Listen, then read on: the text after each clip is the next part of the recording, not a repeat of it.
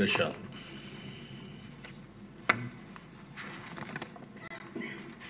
నిన్నటి నుంచి మనం బడ్జెట్ సమావేశాలు ప్రారంభించుకున్నాం. కూటమి ప్రభుత్వం వచ్చిన తర్వాత, ఎన్డీఏ ప్రభుత్వం వచ్చిన తర్వాత మొట్టమొదటిసారిగా పూర్తి కాలానికి బడ్జెట్ పెట్టుకుంటున్నాం. అదే సమయంలో నిన్నే గవర్నర్స్ అడ్రస్, రాష్ట్రంలో జరిగే విధానాలని, ప్రభుత్వ విధానాలని చెప్పడం కోసం ఆయన స్పీచ్లో చాలా స్పష్టంగా కవర్ చేశారు. ఎన్ని ఇబ్బందులున్నా 8 నెలల్లో ఈ ప్రభుత్వం ఏ విధంగా పనిచేసిన విషయాలు కూడా వారు చెప్పారు. పాలసీలు కానీ, తీసుకున్న నిర్ణయాలు కానీ, అభివృద్ధి కార్యక్రమాలన్నీ చెప్పారు. అదే సమయంలో దిశ మళ్ళీ ఒకసారి చూస్తే ఇప్పుడే మా మిత్రుడు పవన్ కళ్యాణ్ గారు చెప్పారు, తెలుగుదేశం, జనసేన, బీజేపీ ఈ 3 పార్టీలు కూడా కలవడం మా స్వార్థ ప్రయోజనాల కోసం కాదు, దగాబడ్డ ఈ రాష్ట్రాన్ని పునర్నిర్మాణం చేయాలనే ఏకైక లక్ష్యంతో ఆ రోజు కొంతమంది విమర్శించారు. ఆ రోజు కూడా మేము ఒకటే ఆలోచించాం. ఈరోజు రాష్ట్రంలో చాలా ఇబ్బందులు ఉన్నాయి, నిర్వీర్యం అయిపోయింది ఆర్థిక వ్యవస్థ, ఇప్పుడు కోలుకునే పరిస్థితులు కూడా లేవు. అలాంటప్పుడు డబల్ ఇంజిన్ సర్కారు ఉంటే తప్ప ఈ రాష్ట్రాన్ని పునర్నిర్మాణం చేయలేమని ఏకైక లక్ష్యంతో కలిశాం.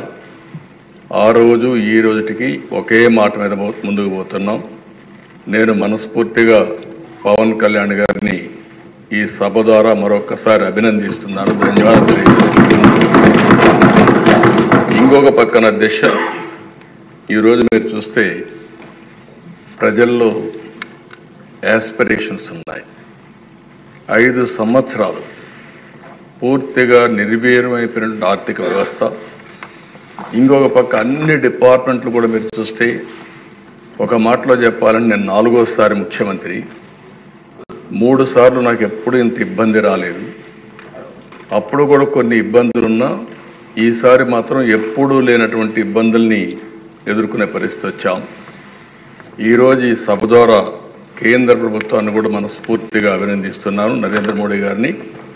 ఎందుకంటే అధ్యక్ష, ఈరోజు మనం అడిగిన దానికంటే కూడా నేను అనుకున్నాను ఇంకా సమయం పడుతుందని.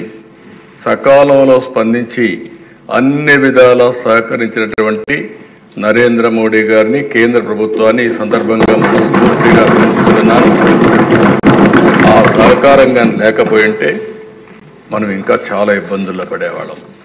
ఆ విషయాలు కూడా మనం మాట్లాడుకుంటాం. అధ్యక్ష, ఏదైతే వెంటిలేటర్ పై నుండి రాష్ట్ర ఆర్థిక పరిస్థితి కానీ, రాష్ట్రాన్ని కానీ కేంద్ర ప్రభుత్వ సహాయంతో ఇప్పుడిప్పుడే బయట వచ్చే పరిస్థితికి వచ్చాం. అయితే అధ్యక్ష, ఈరోజు మన ఆవేదన ఇప్పుడు కూడా మాట్లాడారు. నేను అందరికంటే సీనియర్ మెంబర్ని.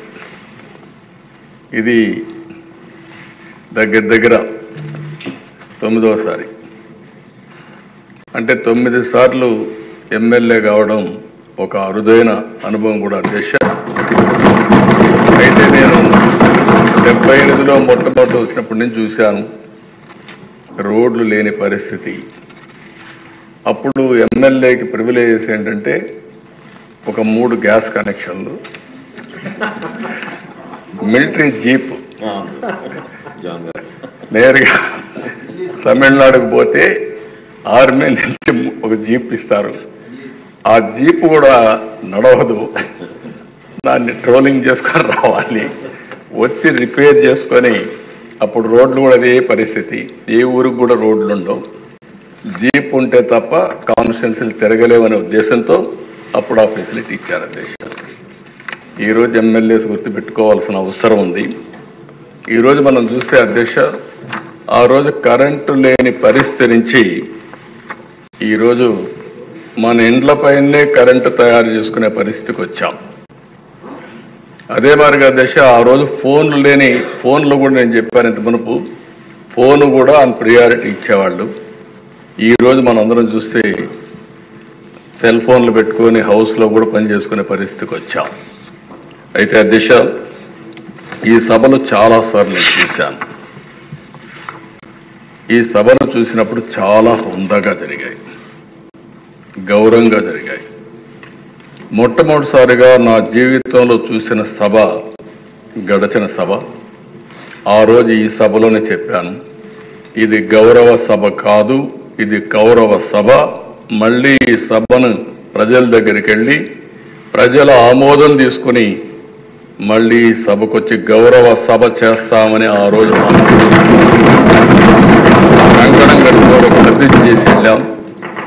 అది నిలబెట్టుకొని అసెంబ్లీకి వచ్చాం. కానీ ఈ గౌరవ సభని గౌరవించే సంస్కారం లేని పార్టీ ఈరోజు అసెంబ్లీ కూడా వచ్చే పరిస్థితి లేకుండా పోయింది.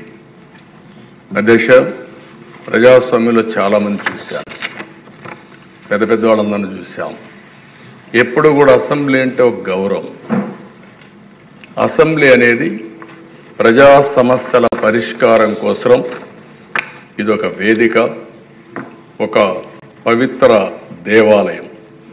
అలాంటి దేవాలయంలో మనం చూస్తే నిన్న మన పరిస్థితి మనం చూసాం. ఇప్పటికే మన మిత్రులందరూ మాట్లాడారు. నా 41వ సంవత్సరం ఇప్పటివరకు అనుభవాలు చూస్తే 40 ఏళ్లలో నాకు ప్రతిపక్ష హోదా ఇస్తేనే అసెంబ్లీ జరగనిస్తాం లేకుంటే ఉంటామని చెప్పిన ఏకైక సందర్భం నిన్నటి రోజు. అధ్యక్ష, ఒక మాటలో చెప్పాలంటే అది ఒక చీకటి రోజు అన్న అభిప్రాయం.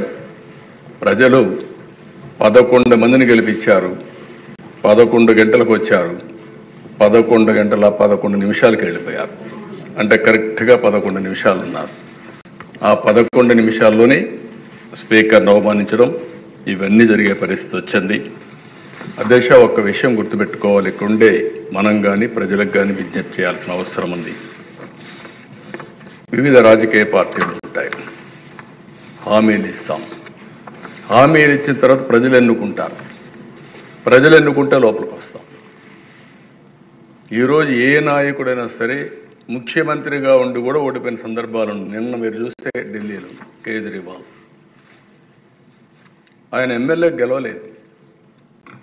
ఎమ్మెల్యే గెలవకుండా నాకు ప్రతిపక్ష హోదా ఇవ్వాల్సిందే అని డిమాండ్ చేస్తే, లేకుంటే నేను అసెంబ్లీకి వస్తానంటే ప్రజాస్వామ్యం ఏ విధంగా ఒప్పుకుంటుంది దిశ? దేశంలో ఎక్కడా జరగలేదు ఇలాంటి విషయాలు. నేను 96లో ముఖ్యమంత్రిగా ఉన్నాను, 95లో ముఖ్యమంత్రిగా ఉన్నాం. 94లో కాంగ్రెస్ పార్టీకి మెజార్టీ రాలేదు. సమైక్య ఆంధ్రప్రదేశ్లో 26 సీట్లు మీరున్నారు అధ్యక్ష. అప్పుడు 26 సీట్లు గెలిచారు, ప్రతిపక్ష హోదా ఇవ్వలేదు. లీడర్గా ఉన్నాడు వాళ్ళ పార్టీకి.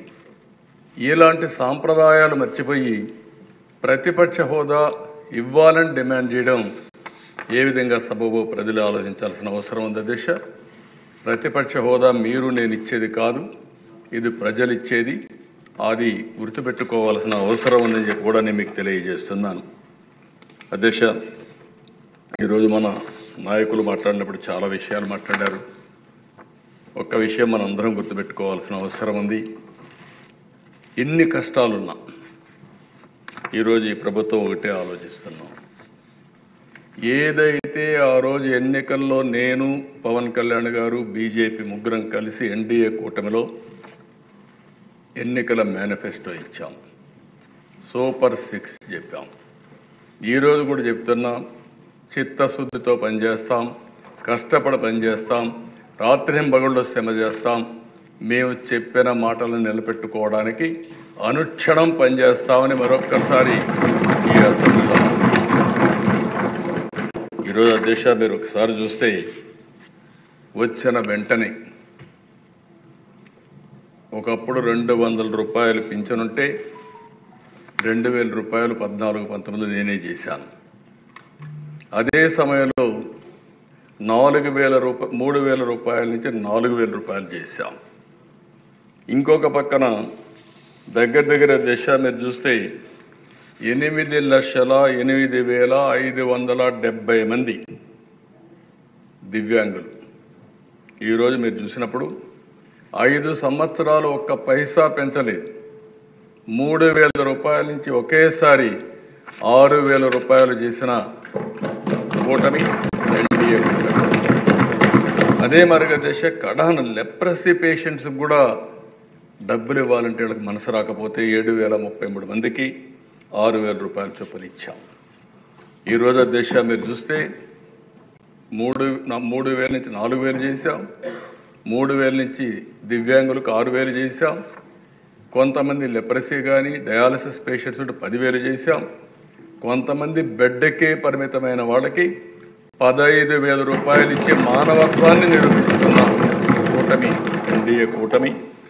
దీనికోసం అధ్యక్ష భారతదేశంలో నేను చాలా గట్టిగా చెప్పగలుగుతున్నాను, దగ్గర 33,000 కోట్ల రూపాయలు ప్రతి సంవత్సరం 64 లక్షల మందికి పింఛన్లు ఇచ్చే ఏకైక ప్రభుత్వం, సింగిల్ లార్జెస్ట్ ప్రోగ్రామ్ కంట్రీలో ఈ యొక్క పెన్షన్స్ అధ్యక్ష.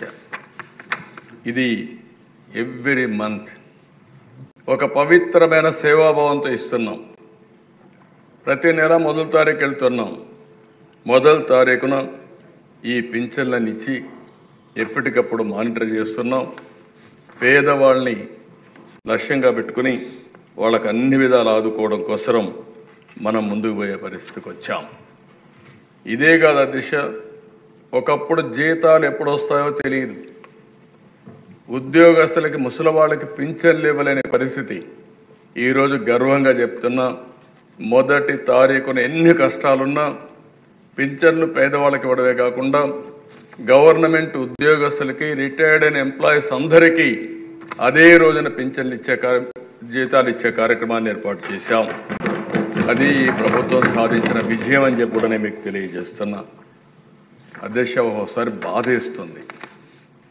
ప్రభుత్వం యొక్క మానవత్వాన్ని అద్దం పడుతుంది. అన్నా క్యాంటీన్ వీళ్ళు ఏమీ చేయక్కర్లేదు.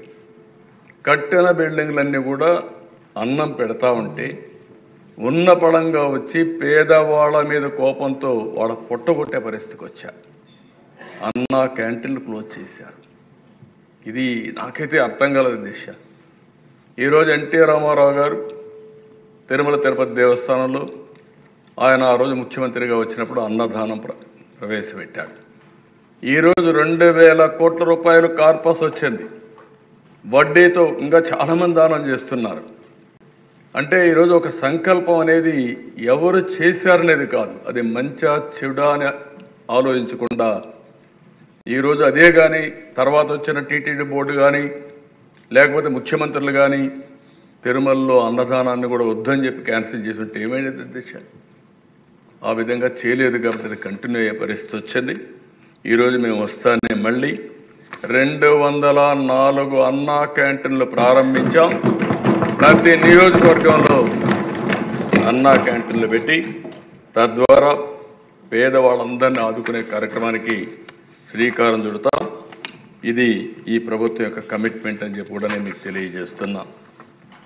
అదే మరిగా దిశ, ఈరోజు మనం ఒకసారి చూస్తే ఈరోజు దీపం కార్యక్రమం పేదవాళ్ళ కోసం ఏదైతే ఎన్నికల మేనిఫెస్టోలో మేము చాలా స్పష్టంగా చెప్పాం, దాని ప్రకారం ఈరోజు 3 ఉచిత గ్యాస్ సిలిండర్లు ఇస్తామని హామీ ఇచ్చాం. ఇప్పటికే 1 రిలీజ్ చేశాం, 3 కూడా ఇచ్చేదానికి సిద్ధపడ్డాం. ఈరోజు మీరు చూస్తే 48 అవర్స్లో వాళ్ళు కట్టిన తర్వాత తిరిగి వాళ్ళకి డబ్బులన్నీ కూడా రీపే చేస్తున్నాం. ఈ ఒక్క ప్రోగ్రాంలో 2,684 కోట్ల రూపాయలు ఖర్చు అవుతుంది. ఇప్పటికే 1 కోటి మంది రిజిస్ట్రేషన్ చేసుకున్నారు. 80 లక్షల మందికి ఇచ్చాం.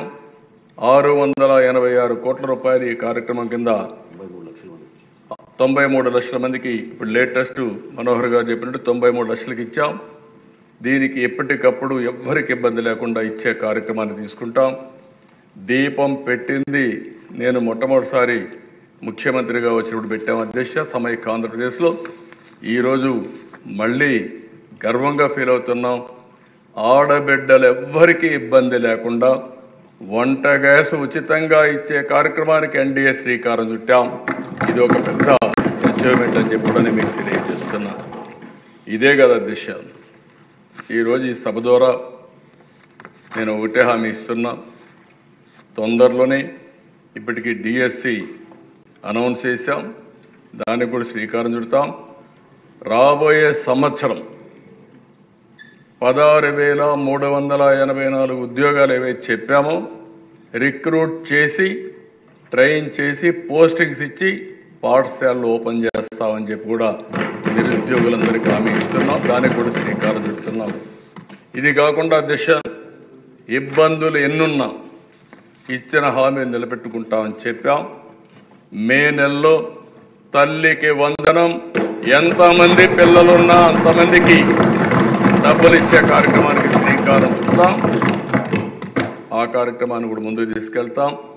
ఇంకో పక్కన రైతు భరోసా ఏదైతే చెప్పామో next instalment government of India ఇస్తుంది, దాంతో జమ చేసి 3 ఇన్స్టాల్మెంట్స్లో ప్రతి ఒక్క రైతుకు కూడా రైతు భరోసా కింద 20,000 చెప్పాం, దాన్ని ఫుల్ఫిల్ చేస్తామని చెప్పి కూడా నేను మీకు తెలియజేసుకుంటున్నాను. గవర్నమెంట్ ఆఫ్ ఇండియా 6,000 ఇస్తారు, మనం ఒక 14,000 ఇస్తాం. 2 మ్యాచ్ చేసి 20,000 ఇచ్చే కార్యక్రమానికి ముందుకు పోతాం. ఇది కాకుండా దిశ మత్స్యకారులు 20,000 రూపాయలు ఇస్తా అన్నాం. వాళ్ళు కూడా చేపలు వేటకు పోలేని పరిస్థితి ఉంటుంది. ప్రతి సంవత్సరం హాలిడే ఇస్తాం. ఆ హాలిడే సమయం ముందుగానే వాళ్ళకి ఇవ్వాల్సిన 20,000 కూడా వాళ్ళకు ఆర్థిక సహాయం చేసి వాళ్ళను కూడా ఆదుకుంటామని చెప్పి ఈ సభ ద్వారా తెలియజేస్తున్నా. ఈ 1-2 కాదు దిశ, నేను ఒకటే హామీ ఇస్తున్నా. మళ్ళీ నేను ఆ విషయాలు కూడా రీఅఫర్మ్ చేస్తాను. ఏదైతే మేము ఎన్నికల మేనిఫెస్టోలో చెప్పామో ప్రతి ఒక్కటి కూడా అమలు చేయడానికి చిత్తశుద్ధితో కట్టుబడి ఉన్నాం. అన్ని విధాల ప్రయత్నం చేస్తామని చెప్పి కూడా ఈ సభ ద్వారా ప్రజలందరికీ విజ్ఞప్తి చేస్తున్నాను. అయితే అధ్యక్ష, ఇక్కడ 2-3 విషయాలు మీ అందరికీ తెలియజేయాల్సిన అవసరం ఉంది. గడిచిన 5 సంవత్సరాల్లో ఏం జరిగిందో ఒక్కసారి మీరు ఆలోచిస్తే నేను 4-5 స్లైడ్స్ చూపిస్తాను. మీ అందరికి ఒక ఆలోచన వస్తుంది. ఎందుకంటే ఎప్పుడైతే అభివృద్ధి చేయాలి, సంపద సృష్టించాలి, దీనివల్ల ఆదాయం పెరుగుతుంది. పెరిగిన ఆదాయాన్ని సంక్షేమ కార్యక్రమాలకు ఖర్చు పెట్టాలి. కొంత డబ్బులు మళ్ళీ అభివృద్ధి పైన ఖర్చు పెట్టాలి. మళ్ళీ ఆదాయం పెంచుకుంటూ ఎక్కడికక్కడ ప్రజల్ని సాధికారత చేయాల్సిన బాధ్యత ఉంది. ఇది ఒక సైకిల్. ఇది సంపద సృష్టించకుండా ఇష్టానుసారం ప్రవర్తించి అప్పులు తీసుకొచ్చి ఖర్చు పెడితే అది సస్టైనబుల్ మోడల్ కాదు దిశ. ఆ విషయం చెప్పడానికే నేను ఈ 4-5 స్లైడ్స్ మీ ద్వారా ప్రతి ఒక్క మెంబర్కి కానీ రాష్ట్రంలో ఉండే ప్రజలందరూ కూడా ఆలోచించుకోవాల్సిన అవసరం ఉంది.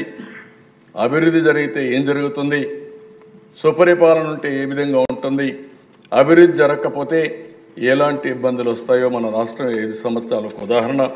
ఆ విషయమే నేను ఒకసారి ఎక్స్ప్లెయిన్ చేస్తాను అధ్యక్ష. నెక్స్ట్ ఆ స్లైడ్స్ అండి. ఇది ఒకసారి చూస్తే అధ్యక్ష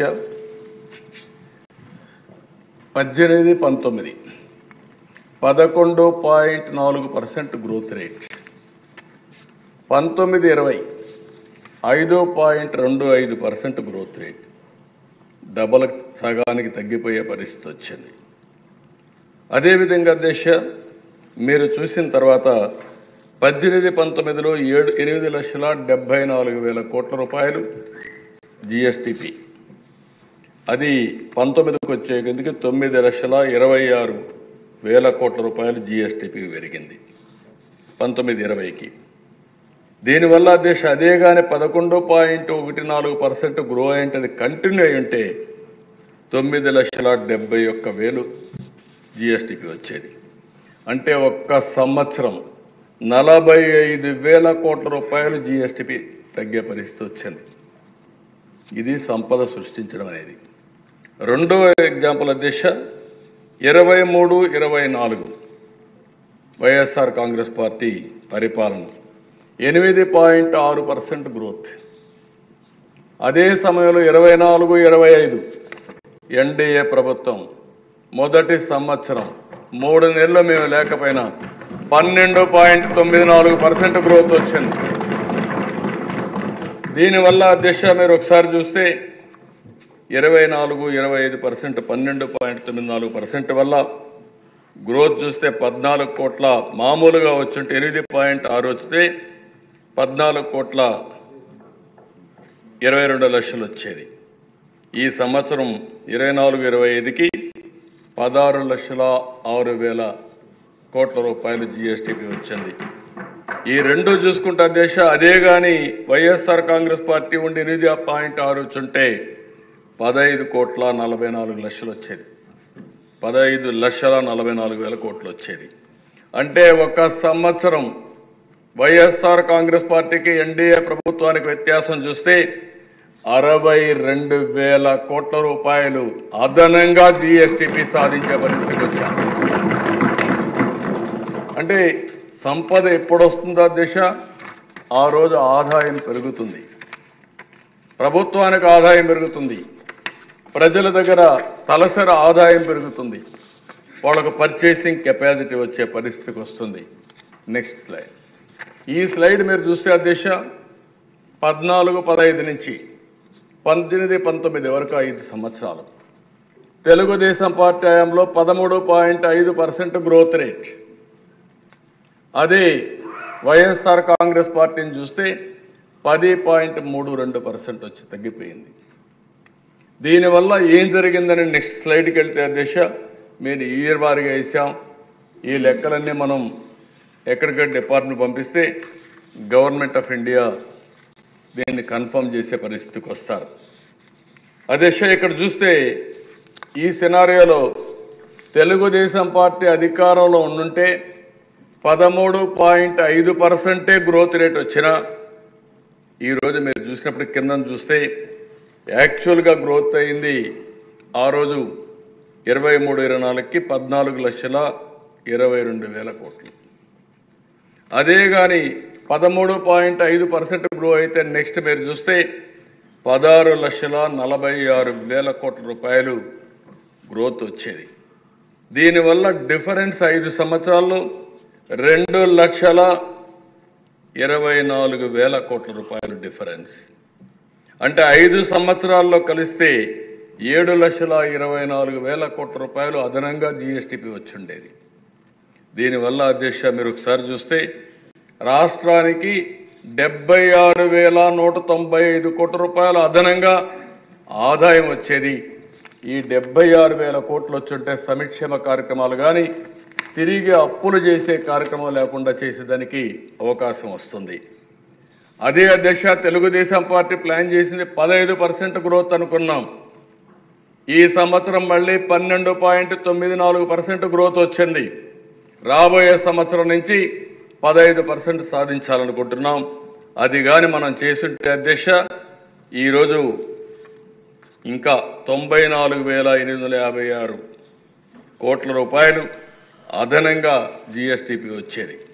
అంటే ఎందుకు చెప్తున్నానంటే అధ్యక్ష ఇవన్నీ మనం దీనివల్ల ప్రభావం ఏంటంటే నెక్స్ట్ స్లైడ్లో మీరు చూస్తే పర్ క్యాపిటా ఇన్కంలో మీరు చూస్తే మామూలుగా వచ్చుంటే కానీ వీళ్ళు వచ్చిన తర్వాత చూసినప్పుడు 13.5%తో మనం గ్రో అయితే 41,706 కోట్ల రూపాయలు అదనంగా ప్రతి సంవత్సరం తలసరి ఆదాయం పెరిగేది. ఈరోజు మనం 10,000 15,000 ఇవ్వడం కాదు, ప్రజల ఆదాయం పెంచాలి. అదే మరి ప్రభుత్వం యొక్క వనరులు పెంచాలి. ఇది పెంచుంటే ఇలాంటి పరిస్థితి వచ్చేది కాదు. అదే కానీ 15% పెరిగితే అదనంగా 60,000 కోట్ల రూపాయల ఆదాయం వచ్చేది. కానీ అధ్యక్ష ఇవన్నీ చేయని దానివల్ల ఈరోజు ఏం జరిగిందని ఒక్కసారి చూస్తే నెక్స్ట్ స్లైడ్. రాష్ట్రం అప్పుల పాలైంది. 18-19 మార్చికి 3,75,295 కోట్ల రూపాయలు అప్పుంటే 12 జూన్ 2024కి 9,74,556 కోట్ల రూపాయలు అప్పు చేసే పరిస్థితికి వచ్చారు. అదే అధ్యక్ష అక్కడ హెడ్డింగ్స్ వారిగా మీరు చూస్తే గవర్నమెంట్ డెట్ వచ్చి 4,38,278 కోట్లు, పబ్లిక్ అకౌంట్ లయబిలిటీస్ 80,914 కోట్లు, కార్పొరేషన్స్ యొక్క డెట్ 2,48,677 కోట్లు. సివిల్ సప్లైస్ కార్పొరేషన్ మొన్న అప్పులు చేసిపోతే ఇప్పుడు ఆ అప్పులు ఏం చేయాలని అర్థం కాకుండా అవస్థపడే పరిస్థితికి వచ్చాం. దగ్గర దగ్గర 36,000 కోట్లు. పవర్ సెక్టర్లో డ్యూస్ అవన్నీ చూస్తే 34,267 కోట్లు. అవుట్ స్టాండింగ్ డ్యూస్ ఏజెన్సీస్ అన్ని కాంట్రాక్టులకి అన్ని దగ్గర అప్పులు పెట్టేస్తే 1,13,244 కోట్లు. ఎంప్లాయీస్ వాళ్ళ యొక్క ప్రావిడెంట్ ఫండ్ కూడా ఉపయోగించేశారు 21,980 కోట్లు. Non contribution to sinking fund all these things చూస్తే 1,196. మొత్తం చూసినప్పుడు దేశ 9,74,556 కోట్ల రూపాయలు అప్పులు పెట్టెళ్ళారు. కడాన నేను ఎప్పుడు కూడా ఏ ప్రభుత్వాన్ని కూడా ఇలాంటి ప్రభుత్వాన్ని చూడలేదు. కానీ కడాన దిశ సెంట్రల్ గవర్నమెంట్ వేరియస్ స్కీమ్స్ ఇస్తారు. సెంట్రల్ స్పాన్సర్ స్కీమ్స్ ఉంటాయి. ఏ ప్రభుత్వం అయినా తెలివైన ప్రభుత్వం అవి కూడా సింక్రనైజ్ చేసుకొని సమర్థవంతంగా ఉపయోగిస్తాం. 93 ప్రోగ్రాములు ఉంటే 93 ప్రోగ్రాములు కూడా డిఫంక్ట్ అయిపోయినాయి. ఏం చేశారంటే గవర్నమెంట్ ఆఫ్ ఇండియా డబ్బులు పంపిస్తే వీళ్ళు మ్యాచింగ్ గ్రాంట్ ఇవ్వకుండా చేయడం, వాళ్ళు పంపించిన డబ్బులు కూడా వాడేయడం, ఆ డబ్బులు కూడా వాడేస్తే రెండోసారి ఇన్స్టాల్మెంట్ ఇవ్వకుండా వాళ్ళు ప్రొసీజరే మార్చారు. ఆ ప్రొసీజర్ ఎంతవరకు పోయారంటే దిశ నేను మా మిత్రుడు పవన్ కళ్యాణ్ గారు మొన్న వెళ్తే జేజేఎం బాధేస్తుంది, దిశ తపనేస్తుంది, కోపం వస్తుంది, సభ్యత అడ్డం వస్తుంది. ప్రధానమంత్రి గారు ఒకటి ఆలోచించారు. ఆయన ఆలోచన జల్ జీవన్ మిషన్ ద్వారా ప్రతి ఇంటికి కొళ్ళాయి ద్వారా సస్టైనబుల్ సోర్సెస్ నుంచి వాటర్ ఇవ్వాలని, అమృత్ ద్వారా పట్టణాల్లో ప్రతి ఇంటికి సస్టైనబుల్ వాటర్ రిసోర్స్ నుంచి ట్యాప్ ద్వారా వాటర్ ఇవ్వాలని, ఈ రెంటికి 45% వాళ్ళు డబ్బులు ఇచ్చారు. మనం 45% రాష్ట్ర ప్రభుత్వం, 10% బెనిఫిషరీస్ పెట్టుకోవాలి. దీని ప్రకారం అధ్యక్ష రాష్ట్రానికి కావాల్సిన డబ్బులు ఎస్టిమేట్ చేస్తే 85,000 కోట్లు కావాలి. వీళ్ళు అడిగింది 27,000 కోట్లు.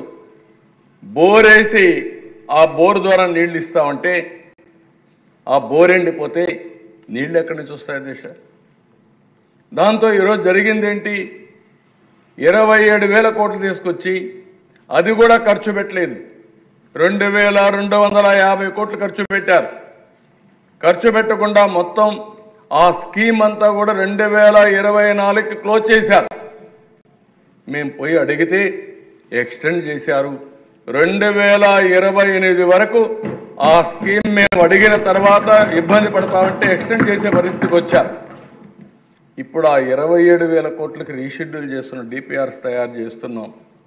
మొన్నే కొన్ని టెండర్లు పిలిచారు, మిగిలిన డిపిఆర్స్ తయారు చేస్తున్నారు.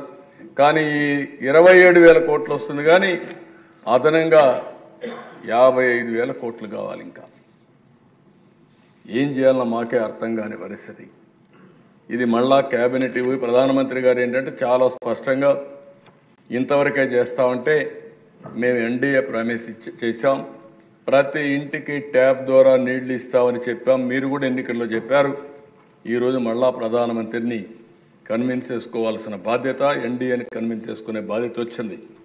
అంటే ఒక వ్యక్తి చేసిన తప్పు, ఒక వ్యక్తి అవగాహన లోపం కానీ అహంకార ధోరణి కానీ మీరు చూస్తే రాష్ట్రం ఏ విధంగా నష్టపోతుందో ఇది ఒక ఉదాహరణ అని చెప్పి మీకు తెలియజేస్తున్నా. ఇలాంటివి 1-2 కాదు అధ్యక్ష, కోకొల్లలు ఉన్నాయి. అయితే అధ్యక్ష నేను ఇవన్నీ మాట్లాడడం కాదు, మేము చాలా స్పష్టంగా ఒక విజన్ డాక్యుమెంట్ తయారు చేశాం. ఇవన్నీ చూసిన తర్వాత నేను కానీ పవన్ కళ్యాణ్ గారు కానీ బీజేపీ కానీ ఇవన్నీ ఆలోచించాం. ప్రధానమంత్రి గారు వికసిత్ భారత్ 2047 విజన్ డాక్యుమెంట్ తయారు చేశారు. మన రాష్ట్ర ప్రభుత్వం స్వర్ణ ఆంధ్రప్రదేశ్ విజన్ 2047 తయారు చేశాం. ఇందులో మీరు చూస్తే అధ్యక్ష నేనేదో 2047 గురించి మాట్లాడడం లేదు. ఈరోజు ఏం చేస్తాం, 3 నెలల తర్వాత ఏ విధంగా ఉంటాం, ఎక్కడికక్కడ మీరు చూస్తే చాలా స్పష్టమైనటువంటి ఆలోచనలతో ముందుకు పోతున్నాం.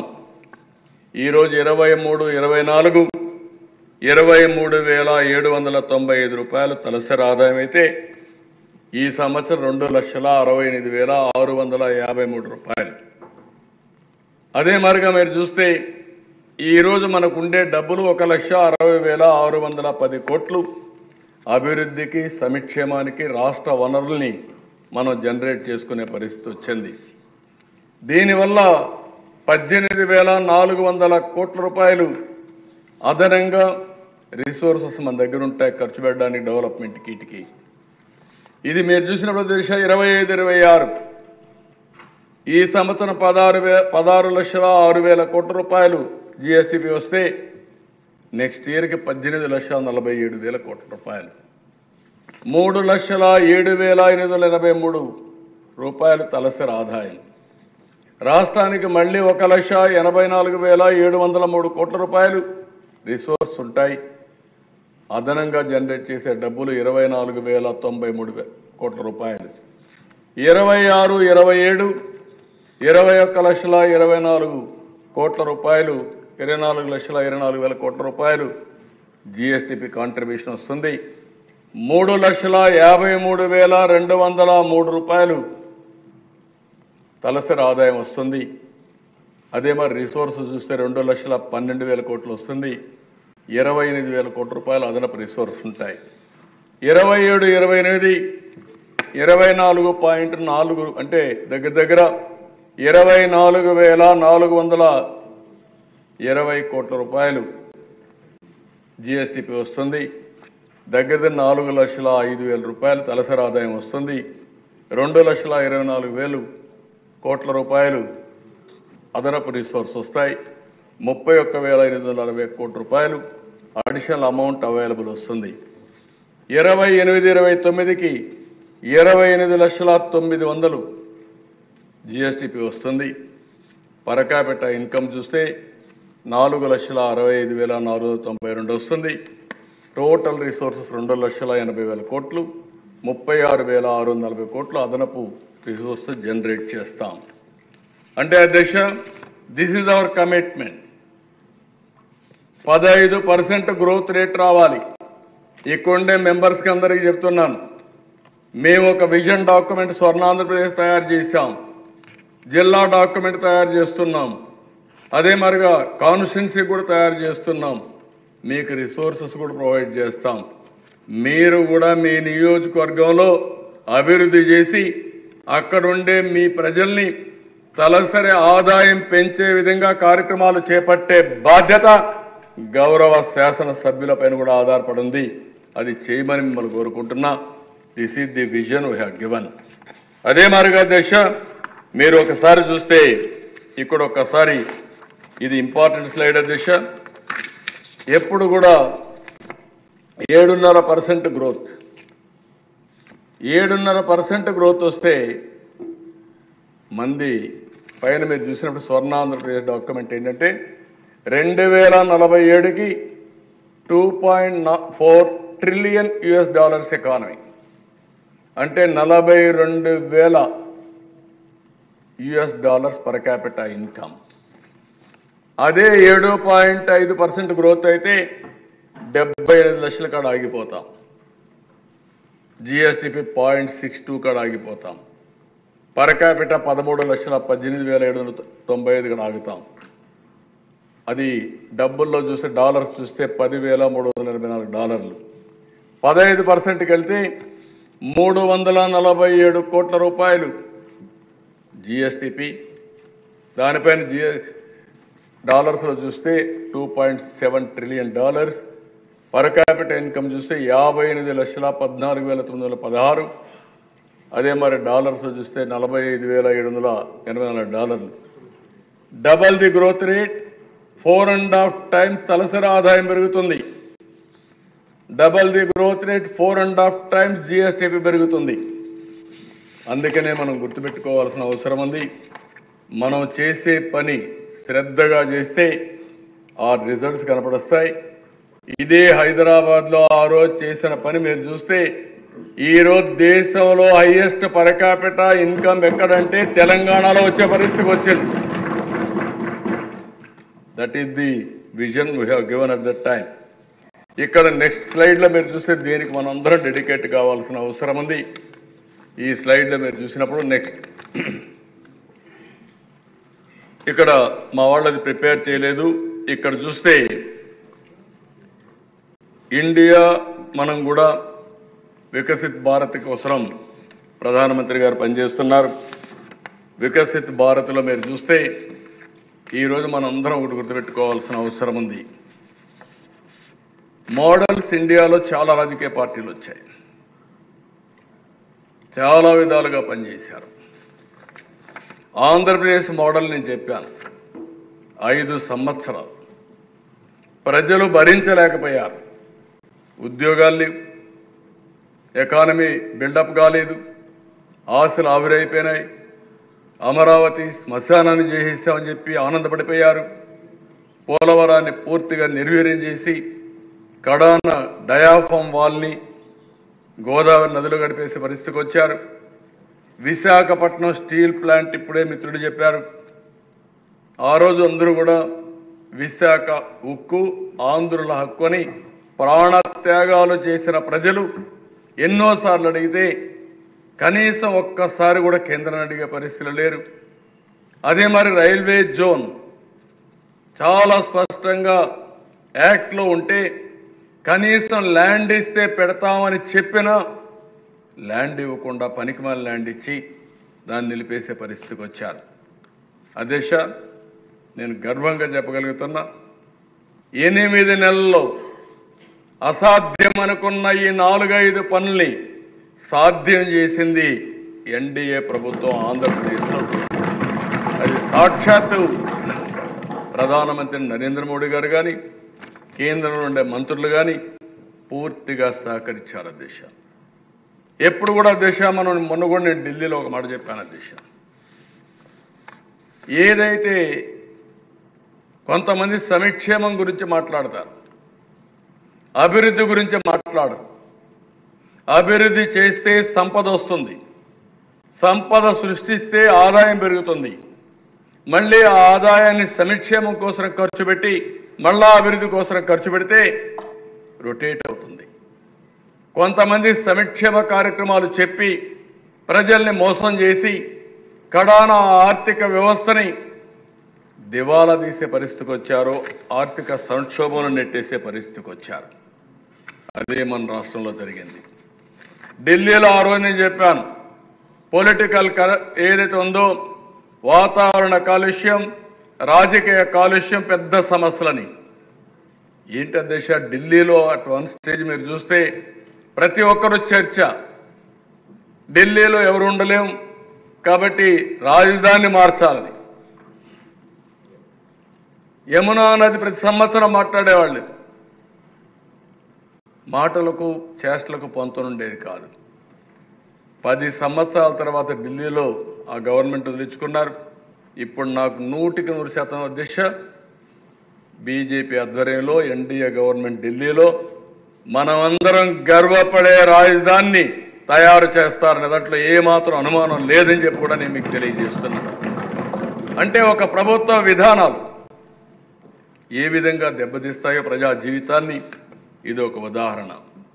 ఈరోజు ప్రధానమంత్రి గారు ఉన్నారు. 11 సంవత్సరాలు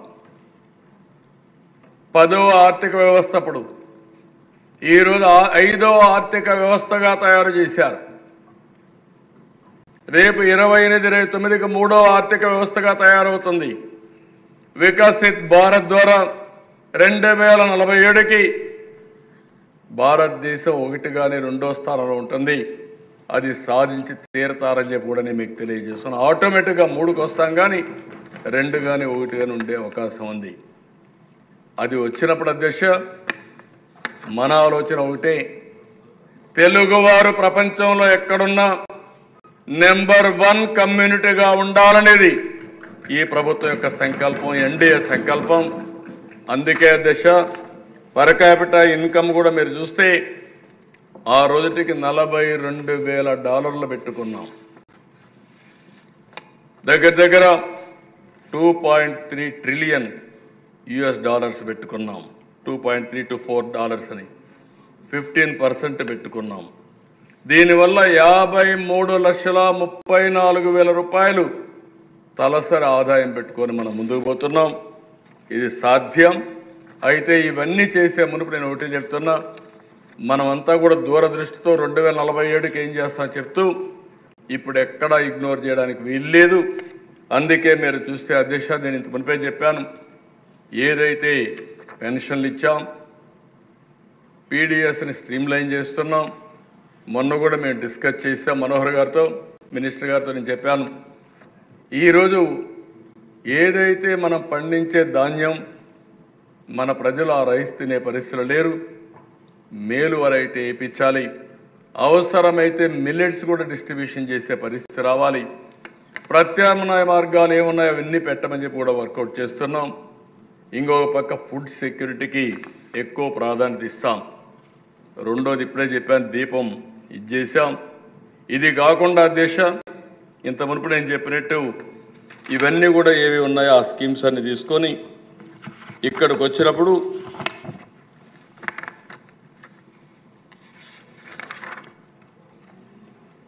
స్వర్ణ ఆంధ్రప్రదేశ్కి ఒక 10 ప్రిన్సిపల్స్ తీసుకున్నాం అధ్యక్ష. ఈ 10లో కూడా నేను ఈ విషయంలో ప్రజలకు పదే విజ్ఞప్తి చేస్తున్నా. ఒక మిషన్ మోడ్లో ఒక విజన్ సాధించడానికి మనం ముందుకు పోతున్నాం. అందుకని మనమేదో మన ఫిగర్స్ చెప్పి పేదవాళ్ళని పేదరికంలో పెట్టడం, డబ్బులుండేవాళ్ళు ఆర్థికంగా వెసులుబాటు రావడం కాదు. ప్రతి ఒక్క ఇండివిజువల్ని ఫోకస్ చేయాలనే ఉద్దేశంతో ఈ ప్రభుత్వం యొక్క మొదటి ప్రాధాన్యత జీరో పావర్టీ, పేదరికం లేని సమాజాన్ని నిర్మాణం చేయడం ఏకైక లక్ష్యంగా పెట్టుకొని ముందుకు పోతాం. అందుకనే మీరు చూస్తే అధ్యక్ష, ఈరోజు ఏ పని చేసినా మనం దీంట్లోనే ముందుకు పోయే పరిస్థితికి వచ్చాం. ఇటీవల బీసీలకైతే స్వర్ణకారుల కార్పొరేషన్ ఏర్పాటు చేసాం. సంక్షేమ కార్యక్రమాలు ఇవ్వడమే కాకుండా ఇంకొక పక్క 896 కోట్ల రూపాయలు నిధులు రిలీజ్ చేశాం. మత్స్యకారుల్ని దెబ్బతీసే 217 జీవోను రద్దు చేశాం. ఇంకొక పక్కన 34% రిజర్వేషన్లు మళ్ళీ తీసుకురావడానికి ఏమేం చేయాలో ఒక సబ్ కమిటీ వేసి స్థానిక సంస్థల్లో రిజర్వేషన్లు తీసుకురావడానికి మళ్ళీ వర్కౌట్ చేస్తున్నాం. ఇది కాకుండా చట్టసభల్లో 33% రిజర్వేషన్లకి ప్రభుత్వం కట్టుబడి ఉన్నాం. ఈ అసెంబ్లీలో తీర్మానం చేసి ఢిల్లీకి పంపించాం. ఇది కాకుండా మీరు చూస్తే అధ్యక్ష, ఆర్థికంగా పైకి తీసుకురావడానికి గీత కార్మికులకు 10%, మద్యం షాపుల్లో రిజర్వేషన్లు పెట్టాం. వడ్డెర కులస్తులకి క్వారీల్లో 10% రిజర్వేషన్లు పెట్టి వాళ్ళకు ఆర్థిక వెసులుబాటు ఇస్తాం. చేనేత కార్మికులకు జీఎస్టీ ఎత్తేసాం. అదనంగా 50,000 రూపాయలు ఇంటికి ఇచ్చే పరిస్థితి తీసుకొస్తున్నాం. ఇలాంటివన్నీ మీరు చూస్తే అధ్యక్ష, 1-2 కాదు, వెనుకబడిన వర్గాలకు ఏమేం చేయాలనో అన్ని చేయడం కోసం ఆర్థికంగా, రాజకీయంగా, సామాజికంగా పైకి తేవడానికి అనేక కార్యక్రమాలు తీసుకొని ముందుకు పోతున్నాం. ఇంకో పక్కన చూస్తే అధ్యక్ష, ఎక్కడికక్కడ వాళ్ళు ఉండుంటే బాగుండేది. మద్యం ఇప్పుడే మా మిత్రులు కూడా చెప్పారు, ఎంత దారుణం అధ్యక్ష. మొత్తం అస్తవ్యస్తం చేశారు. నాసి రకం బ్రాండ్లు తీసుకొచ్చారు. మొత్తం ఇష్టానుసారంగా చేస్తే 8 నెలల్లో ఎన్నికల్లో చెప్పాం, ఎట్టి పరిస్థితిలో ప్రక్షాళన చేస్తాన్నాం. ఈరోజు మీరు చూస్తే దేశంలో అన్ని రాష్ట్రాల కంటే మెరుగైన మద్యం పాలసీ తీసుకొచ్చిన ప్రభుత్వం ఇక్కడ ఎన్డీఏ ప్రభుత్వం అని చెప్పి కూడా నేను మీకు తెలియజేస్తున్నాను. దీన్ని మనం శ్రీకారం చుట్టాం. ఎప్పటికప్పుడు దానికి ఒక కమిటీ కూడా వేస్తాం. వేరే రాష్ట్రాల్లో ఎంత రేటు ఉందో దానికంటే తక్కువ రేటు ఇవ్వడానికి 90 రూపాయలకు కూడా మద్యం ఇచ్చే కార్యక్రమానికి 99 రూపీస్, 99 రూపాయలకి లోయెస్ట్ ఏదైతుందో కామన్ మ్యాన్కి అందుబాటులో పెట్టేదని కూడా తీసుకొచ్చాం. అర్చకుల జీతాల దిశ 10,000 నుంచి 15,000 పెంచాం. ధూపదీప నైవేద్యం కింద ఆలయాలకు 5,000 నుంచి 10,000 రూపాయలు పెంచాం. వేద విద్యార్థులకి నిరుద్యోగ భృతి కింద 3,000 రూపాయలు ఇస్తున్నాం. దేవాలయాల పవిత్రత కాపాడతాం. మొన్న జరిగిన సంఘటన కూడా మీరు చూశారా దిశ, తిరుపతిలో ప్రసాదంలో నాసిరకం నెయ్యి ఉంటే దాన్ని కూడా సమర్థించుకునే పరిస్థితి వస్తే ఈరోజు సిబిఐ ఎంక్వైరీ జరుగుతూ ఉంది. వాళ్ళందరిపైన చర్యలు తీసుకున్నారు. ఏ దేవాలయంలో కానీ ఎక్కడ కానీ అపవిత్రకు చోటు ఇవ్వం, ఎట్టి పరిస్థితుల్లో దీన్ని కంట్రోల్ చేస్తామని చెప్పి కూడా ఈ సభ ద్వారా తెలియజేస్తున్నాం.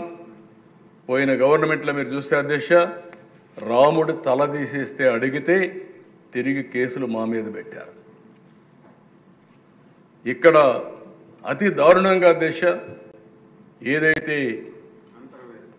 అంతర్వేదిలో రథం కాలిపోతే లెక్కలేని విధంగా ప్రవర్తించారు. హనుమంతుడు చేయి కొట్టేస్తే ఇరిగిపోతే ఇదేంటని అడిగితే బొమ్మే కదా ఏమవుతుంది అని అవహేళనతో మాట్లాడే పరిస్థితికి వచ్చారు. అంటే ఒకటి రెండు కాదు అధ్యక్ష, అవి చూసినప్పుడు చాలా బాధేస్తుంది.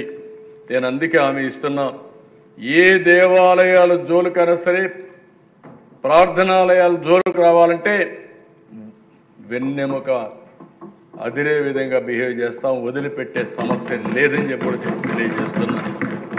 ఇంకో పక్కన నాయి బ్రాహ్మణుల వేతనాలు 15,000 నుంచి 25,000 పెంచాం.